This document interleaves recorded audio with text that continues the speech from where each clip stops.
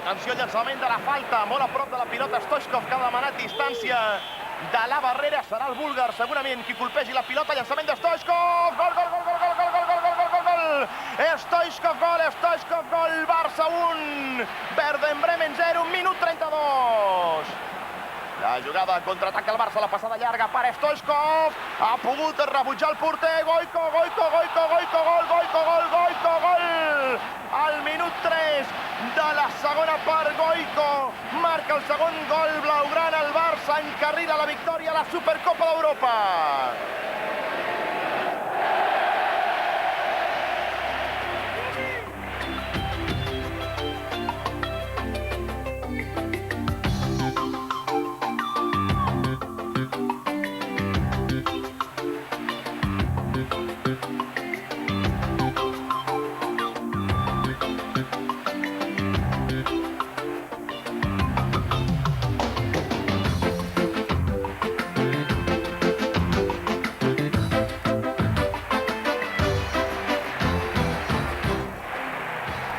Al començament de la dècada dels 50, el Barça viu una de les èpoques més glorioses de la seva història. El legendari Pep Samitier, després de laborioses gestions, aconsegueix el fitxatge de Ladislau Kubala, un hongarès que marcarà la història blaugrana.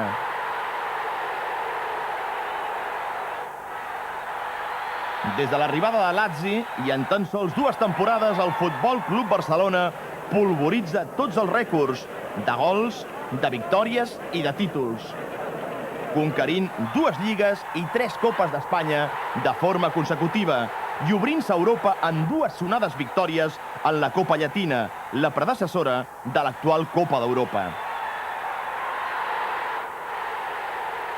El Barça celebra les seves noces d'or amb l'inoblidable equip de les 5 copes. El de la davantera, de Besora, César, Kubala, Moreno i Manchón. El futbol vibrant d'aquell equip trencava fronteres, deixava petit el vell camp de les Corts. El Barcelona es fixava nous horitzons. Un projecte ambiciós de futur prendria cos ben aviat, amb la construcció del més gran i modern estadi del continent, del qual tot el barcelonisme se n'hauria de sentir orgullós.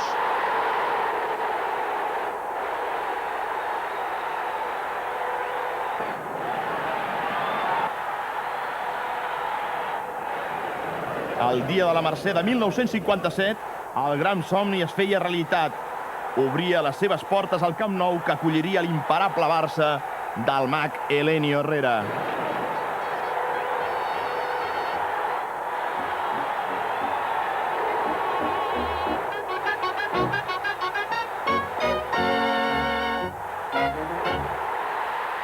Al Wandorf Stadion de Berna, i després de deixar fora de combat el pentacampió Real Madrid, el Barça, amb una de les millors formacions de la seva història, accedia per primera vegada a la final de la Copa d'Europa davant del Benfica portuguès. El Barça sortia atacant des d'un principi i creant perill a la porteria portuguesa.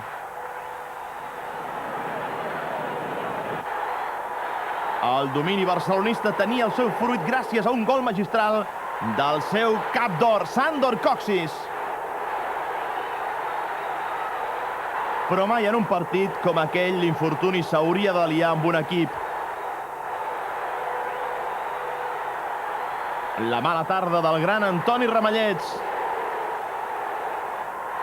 I nombroses ocasions desaprofitades permetria al Benfica remuntar el desavantatge inicial amb 3 gols.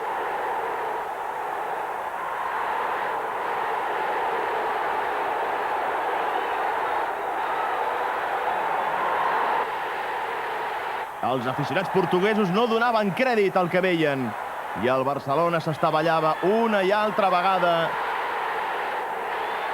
davant la defensa de l'equip portuguès. Un Barça en el qual destacaven consagrades estrelles del futbol mundial com Kubala, Zibor, Kocsis, Evaristo, Villaverde i el millor jugador europeu d'aquell moment, Luisito Suárez, estavellaria les seves il·lusions en els pals quadrats de la porteria de Costa Pereira. De res no serviria el segon gol de Zibor.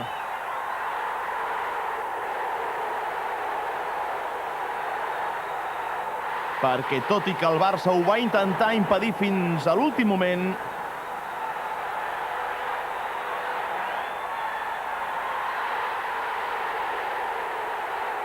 la Copa acabaria viatjant cap a Portugal.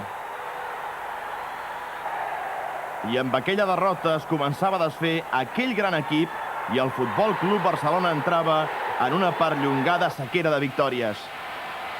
Hauria d'esperar 14 anys al Barça per tornar a guanyar una altra vegada la Lliga. La temporada 73-74, amb el fitxatge del millor jugador del món, l'holandès volador Johan Cruyff, el Barcelona, amb una demostració de l'anomenat futbol total, es passejaria en aquella Lliga.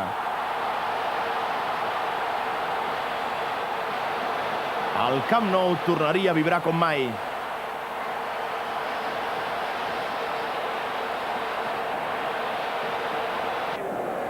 El punt culminant seria amb l'històric 0-5 al camp del Madrid.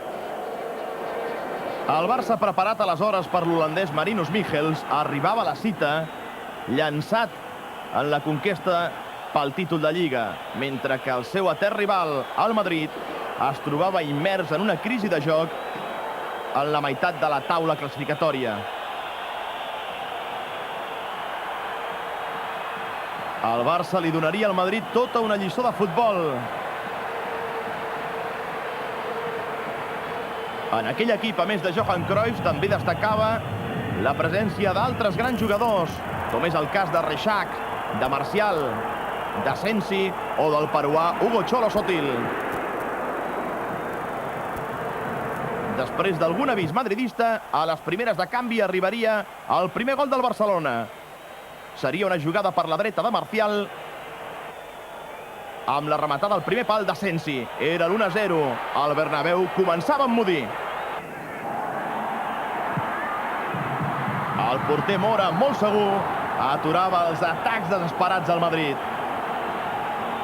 A les acaballes de la primera part, Johan Cruyff firmava el 0-2.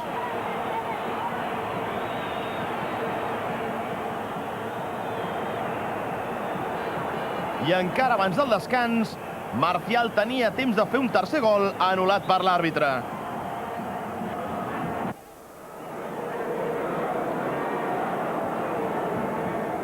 L'afició blanca no s'acabava de creure el que veia. I el Madrid lluitava impotent per intentar escurçar l'avantatge blaugrana. Asensi novament marcaria, i aquesta vegada sí que pujaria el 0-3 al marcador. El 0-4 seria gràcies a aquesta magistral vaselina de Juan Carlos.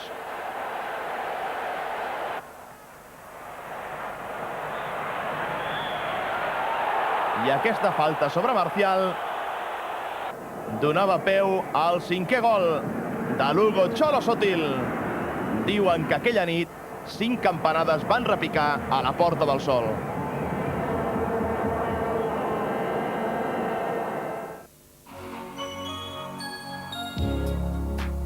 Trobar casa no era només una qüestió de diners.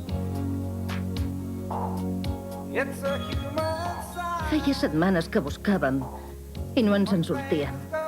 Sempre fallava alguna cosa. Quin embolic. Estàvem tan desanimats fins que vam anar a Caixa de Catalunya. Se'ns va obrir el cel. A l'ordinador hi tenen les dades de milers d'habitatges de tot Catalunya.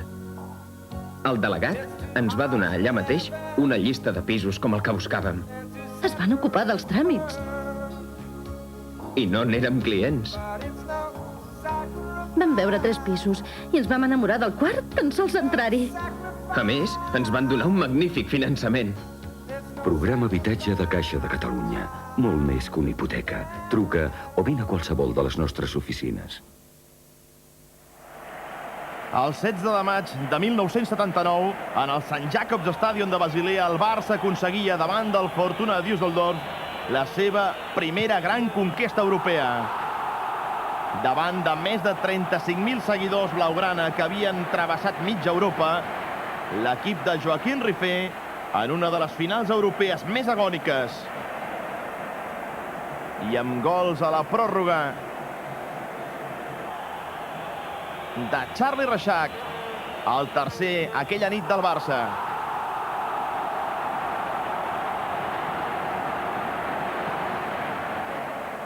I el quart de l'austríac Hansi Krankel duria per primera vegada la Recopa d'Europa a Catalunya.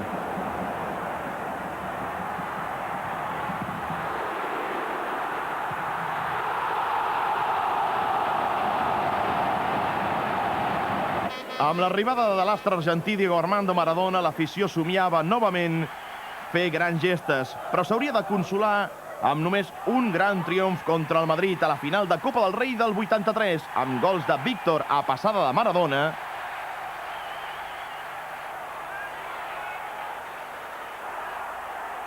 i quasi al final del partit de Marcos, després d'un sensacional cop de cap a centrada a Julio Alberto.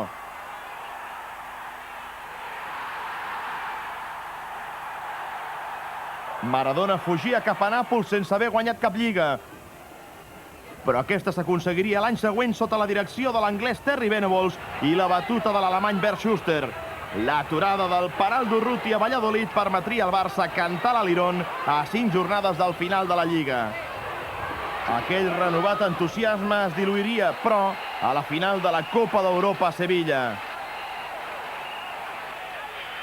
Començant un gran divorci entre l'equip i l'afició. Si nosotros queremos tener una temporada buena, no una temporada mala como el año pasado, nosotros aquí necesitamos también la ayuda al público y no las broncas. ¿Por qué? No hay que mirar atrás, hay que mirar delante.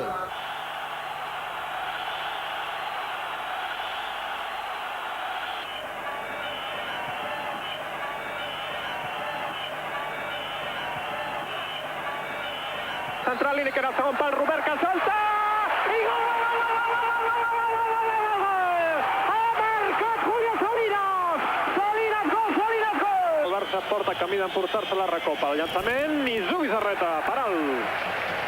Que treu ja cap a Soler, atenció, vinga la cursa de Soler, continua Soler. Ha salvat l'entrada Bonomi, continua Soler, aviam què pot fer Soler. Li ha passat molt bé cap a López Recarte. Sami, López Recarte, Sami!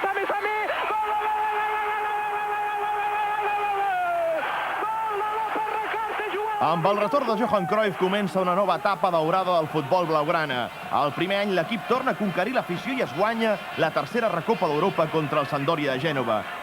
En la segona temporada l'equip de Cruyff salva l'any després de guanyar la Copa del Rei contra el Madrid, que s'acabava de proclamar campió de Lliga. La final apassionant es va resoldre amb 2 espectaculars gols d'Amor i aquest segon que farà Julio Salinas després d'una bona jugada de Miquel Soler.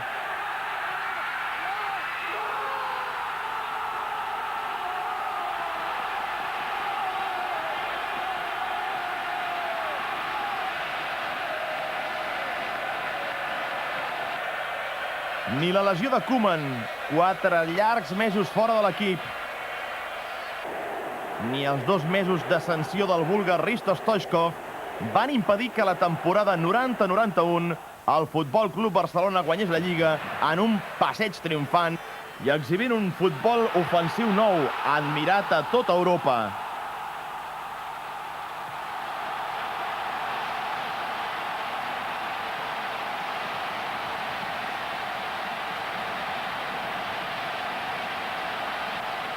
A la catedral de Sant Mamés, la màquina blaugrana donaria la seva gran lliçó magistral derrotant l'Atlètic de Bilbao de Javier Clemente amb un contundent 0-6 amb 4 gols firmats per Hristo Stoichkov.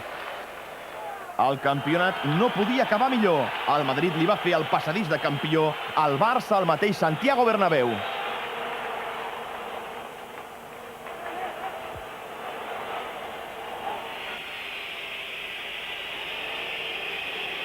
Koeman penja cap al segon pal on salta Vaquero, cop de cap de Vaquero! Gol, gol, gol, gol, gol, gol, gol, gol, gol, gol, gol, gol, gol, gol, gol, gol, gol, gol, gol! Mare meva, que ha sigut gol! Gol de Vaquero! Gol de El gol de Vaquero a Kaiserslautern va permetre tornar a somiar la Copa d'Europa. El miracle s'ha fet possible! El 20 de maig del 1992, a Wembley, quan es complia el minut 111 de partit, Ronald Koeman el faria realitat. Marcant el gol del segle blaugrana.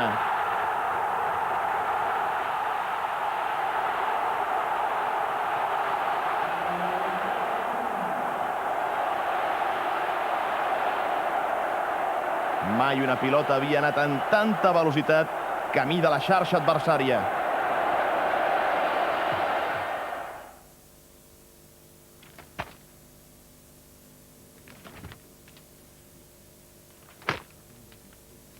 El gol més important de la història del Barça el va fer un dels lectors de El Mundo Deportivo. El Mundo Deportivo, cada dia més llegit. Ciutadans de Catalunya, ja la tenim aquí! Lento por cento, campeones! Lento por cento, catalanes! Visca Catalunya! Visca el Barça! L'històric triomf de Wembley s'hauria d'arrodonir amb un doblet memorable. La Lliga es va resoldre en l'últim minut. En una jornada d'infart, el Madrid va caure a Tenerife davant un equip que va remuntar un 0-2 en contra. El Barça a l'estadi no va fallar amb 2 gols de cap de Hristo Stoichkov.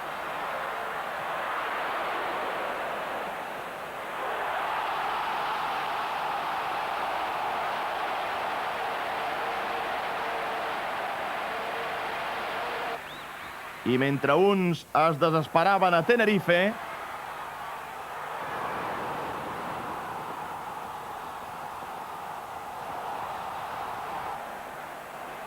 veient com el seu equip en l'últim quart d'hora de campionat deixava escapar un títol de Lliga,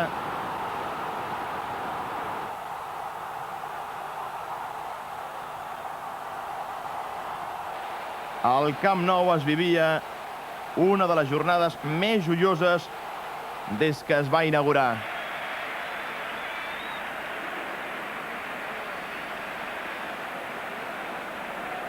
El Barça guanyava la seva 12a Lliga, que tenia un final marcat pels transistors.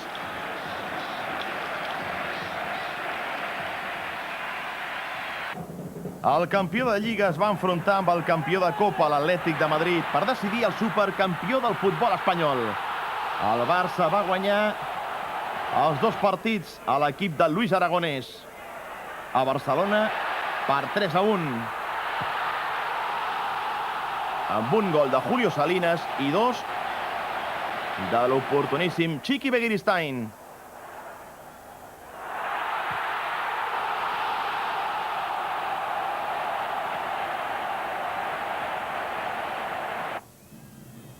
A Madrid, l'equip blaugrana tornaria a sentenciar, gràcies un altre cop a Begiristain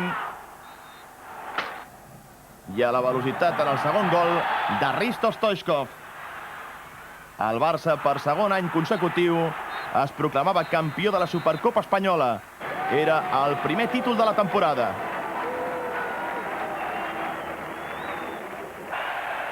La Supercopa d'Europa és l'únic títol continental que li faltava a les vitrines del museu del club. A Bremen, Julio Salinas dona el primer pas per conquerir-lo. Però el Werder empata les acaballes del partit amb un gol d'un vell conegut, Klaus Allofs, l'exjugador del Fortuna Düsseldorf. En el partit de tornada al Camp Nou, el Barça fa una nova exhibició del seu futbol obertament ofensiu. El Werder Bremen cau per 2-1. El Barça es proclama supercampió d'Europa i l'equip, sota la direcció de Johan Cruyff, obté el seu 8è títol després de 5 temporades carregades de passió i de bon futbol. És el millor Barça de la història.